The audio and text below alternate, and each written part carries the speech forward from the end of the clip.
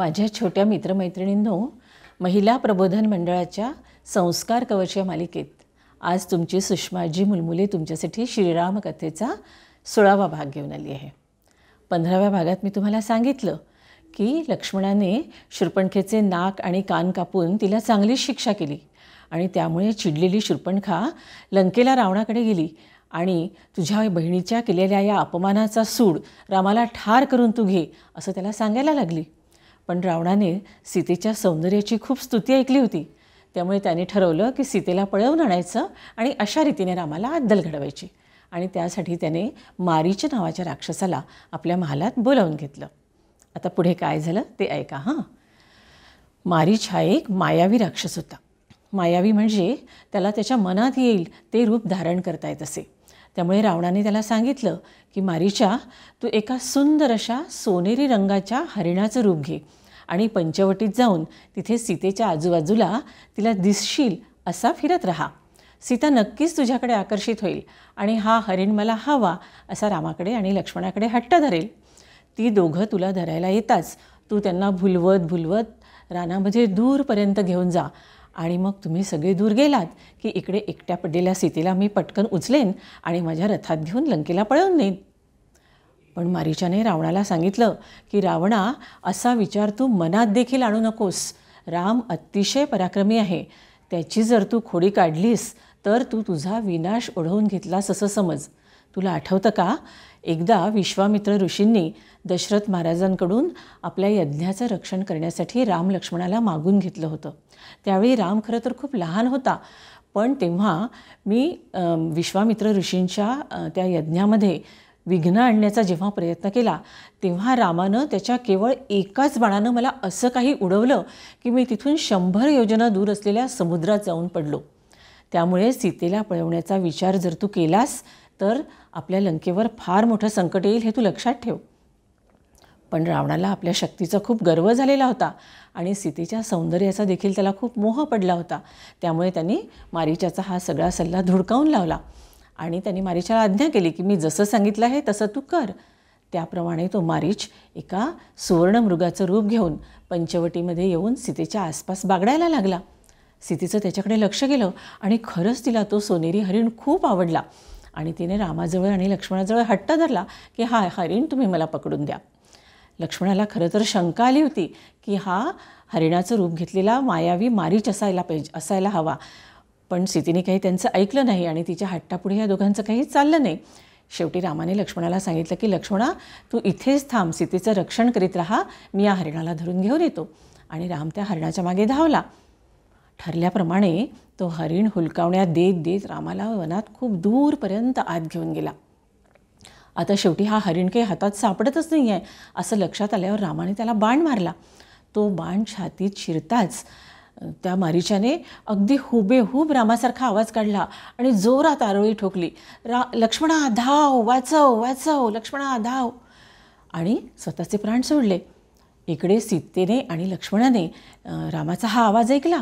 सीता खूप घाबरली आणि तिने लक्ष्मणाला आज्ञा केली की लक्ष्मणा, राम नक्कीच कुठल्या तरी संकटात सापडला आहे, त्यामुळे तू ताबडतोब त्याच्या मदतीसाठी जा.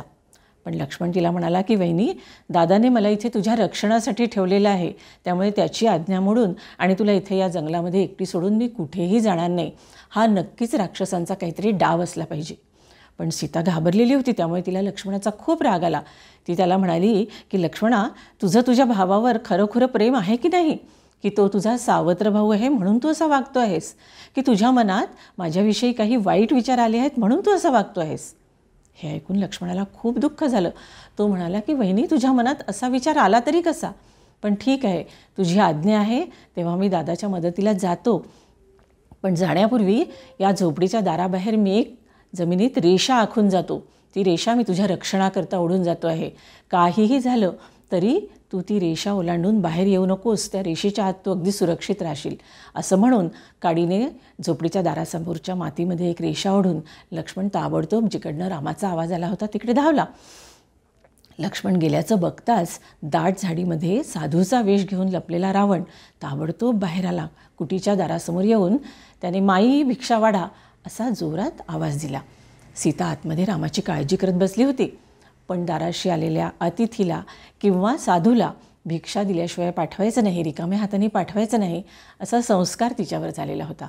त्यामुळे ती झोपडीत असलेली चांगली चांगली फळं तिने निवडली आणि ती झोपडीच्या दारात आली आणि ती त्या साधूला बघून म्हणाली की महाराज, तुम्हाला मी भिक्षा देते आहे, पण ती भिक्षा घेण्यासाठी तुम्ही माझ्या झोपडीत या. पण रावणाने बघितलं होतं की लक्ष्मण झोपडीच्या बाहेर एक रेषा ओढून गेलेला आहे आणि ही रेषा नक्कीच साधीसुधी नाही, ही त्यांनी काहीतरी सीतेच्या रक्षणासाठी केलेली योजना आहे. त्यामुळे रावण तिला म्हणाला की माई, आम्ही साधू आहोत, आम्ही काही कुणाच्या घरामध्ये प्रवेश करीत नसतो, तेव्हा तू बाहेर येऊन मला ही भिक्षा वाढ. आता सीतेचा नाईलाज झाला आणि तिला वाटलं की हा एक साधा साधू तर आहे, त्यामुळे तिने ती रेषा ओलांडली आणि त्या साधूला भिक्षा घालायला त्याच्या जवळ आली. रावणाने ताबडतोब त्या साधूचा वेश टाकून दिला आणि 10 तोंडाचा असा तो महाभयंकर रावण तिच्यापुढे उभा झाला आणि त्याने झटकन तिला आपल्या हातामध्ये धरलं.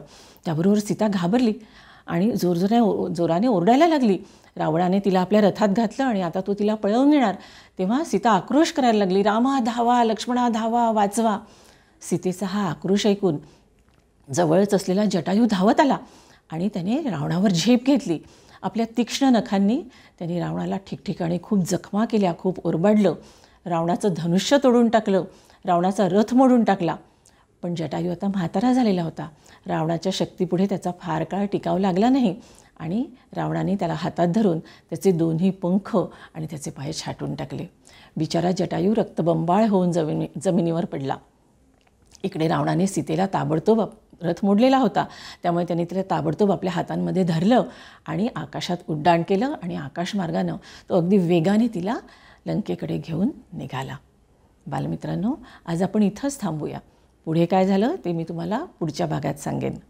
आणि आता पावसाळा सुरू झालेला आहे आणि तुम्हाला माहिती आहे की वृक्षारोपणासाठी पावसाळा हा सगळ्यात उत्तम ऋतू आहे. त्यामुळे या दिवसांमध्ये एखादं तरी झाड मी लावेन असा संकल्प तुम्ही करा. आणि नुसतं झाड लावून होत नसतं बरं का. पावसाळा संपला की नियमित त्या झाडाला पाणी द्यायचं असतं, त्याची काळजी घ्यायची असते, म्हणजे ती झाडं जगतात, मोठी होतात आणि मग आपल्याला खूप सावली देतात. चला तर आता माझ्याबरोबर म्हणा, जय जय जय जय जय श्रीराम.